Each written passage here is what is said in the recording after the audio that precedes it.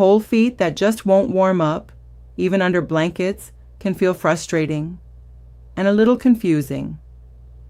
You turn up the heat, pull on thicker socks, maybe even rub your toes together, and still, that chilly feeling lingers. It's easy to blame the weather. But what if your feet are reacting to something deeper than just the temperature in the room? In today's world, many of us spend more time sitting, working indoors, and moving less than we used to. And while that shift feels normal, our circulation and nervous systems are constantly adapting to those habits. Sometimes cold feet are completely harmless, a simple response to your body protecting its core. Other times, they can be linked to how your blood vessels respond to stress, inactivity, or even daily routines you don't think twice about. This doesn't automatically mean something is wrong, but understanding the difference between normal temperature regulation and signs that deserve attention can give you clarity and peace of mind.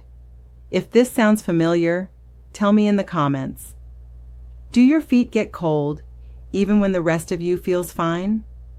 Because what's happening behind the scenes involves your brain, your blood vessels, and a process most people never hear about.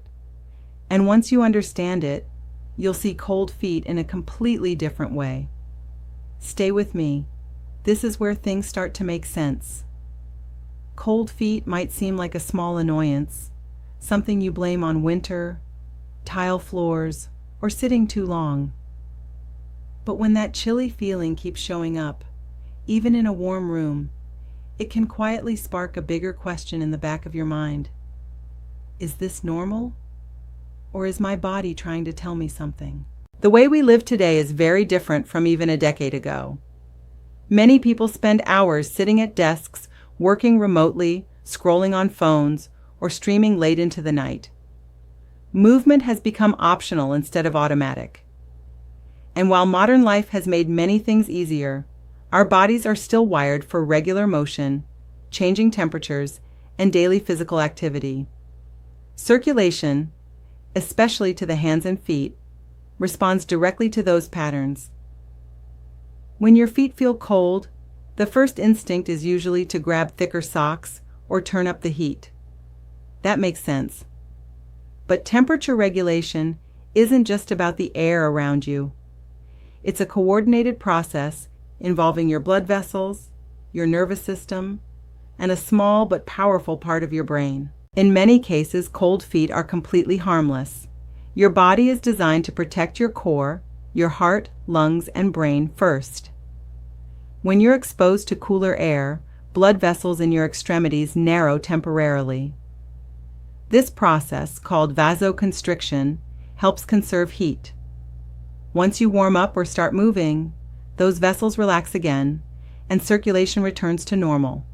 That's a healthy, adaptive response. Where confusion often begins is when cold feet feel persistent. Maybe everyone else in the room feels comfortable, but your toes are still icy. That's when people start wondering about circulation problems. It's helpful to understand the difference between functional changes and structural concerns. Functional changes are temporary adjustments in blood flow, often triggered by cold temperatures, stress, caffeine, or prolonged sitting. Structural concerns involve physical narrowing or blockages in blood vessels, which require medical evaluation. Most everyday cold feet fall into the functional category. There's also a condition called Raynaud's phenomenon, where fingers or toes may turn white or bluish in response to cold or stress before returning to their normal color. Mentioning this isn't about creating worry. It's about awareness. If color changes are dramatic, painful, or happen on only one side, that's when it's important to seek medical advice. But for many people, cold feet without severe symptoms are simply part of how their body regulates temperature. One concept that often comes up in discussions about circulation is capillary refill time. In clinical settings, healthcare professionals gently press on a fingernail or toenail and observe how quickly color returns once pressure is released. It's a quick way to observe peripheral blood flow. At home, this isn't a diagnostic tool, but it can help illustrate how dynamic circulation really is. The key idea is responsiveness.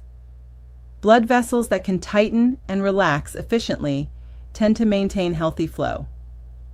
To really understand what's happening, we need to look at the brain. Inside your head is a structure called the hypothalamus. Think of it as your body's thermostat. It constantly monitors your internal temperature and makes rapid adjustments to keep it stable. If your environment cools down, or if your body perceives stress, the hypothalamus signals blood vessels in your hands and feet to narrow.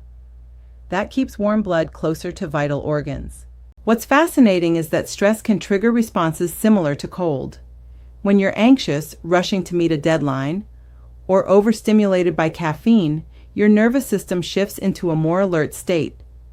Blood flow may be redirected toward large muscle groups and core organs. Your feet aren't the priority in that moment. That's why some people notice colder extremities during stressful periods, even if the temperature hasn't changed. Another important piece of the puzzle is nitric oxide. This naturally produced molecule helps blood vessels relax and widen, a process called vasodilation. When vessels widen, blood flows more freely. Research has shown that nitric oxide production can be influenced by physical activity and certain plant-based foods that contain natural nitrates. As we age, blood vessels may gradually lose some flexibility. Long periods of inactivity can also reduce how responsive vessels feel. That doesn't mean circulation is permanently damaged. It means the vascular system responds to lifestyle patterns. Movement plays a major role. Every time you walk, stretch, or contract the muscles in your legs and feet, you help push blood back toward the heart. Some experts describe the lower legs and feet as a secondary pump. When we sit for extended periods, especially without shifting position, that pumping assistance decreases. Blood flow can feel sluggish, and extremities may cool more easily.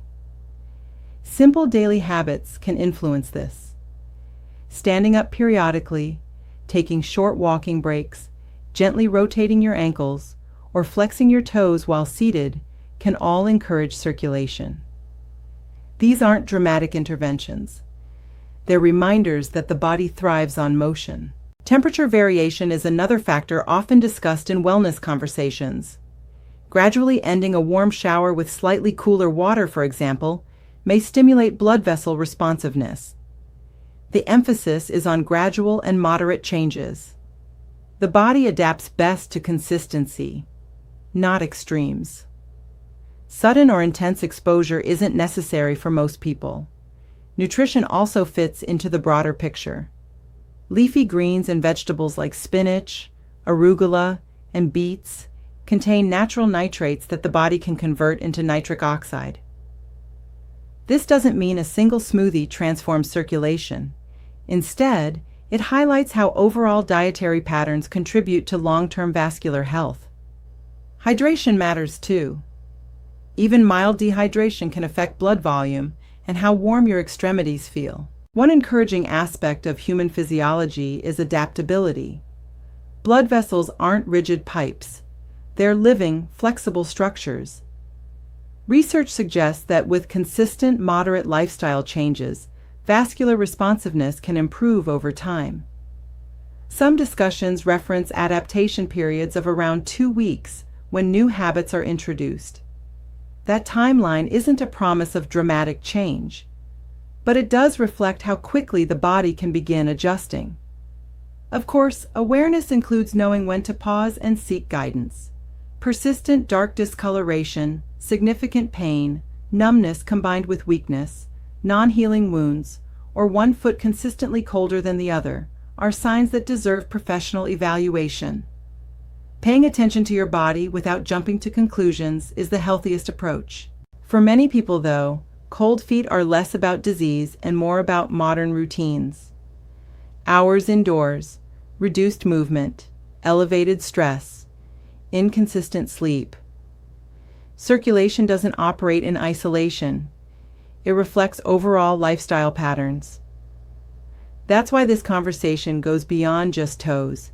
It connects to cardiovascular awareness, metabolic health, nervous system balance, and healthy aging. Small daily signals can invite larger reflections.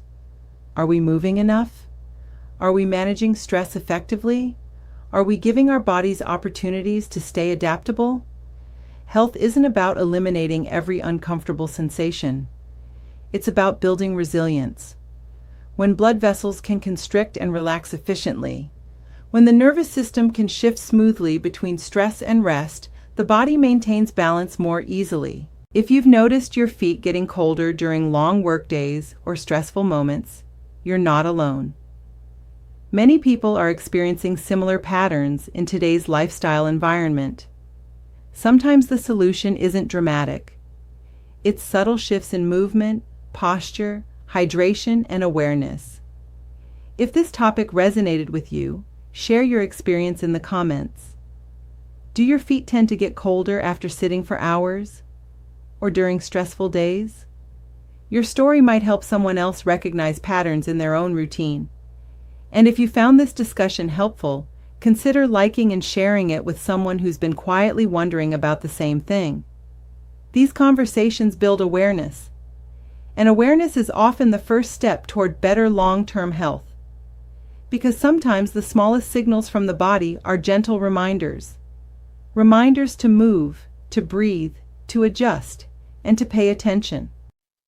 In our next discussion, we're going to explore another everyday symptom people often overlook, and what it might reveal about how modern life shapes our health. Stay with me. There's always more beneath the surface.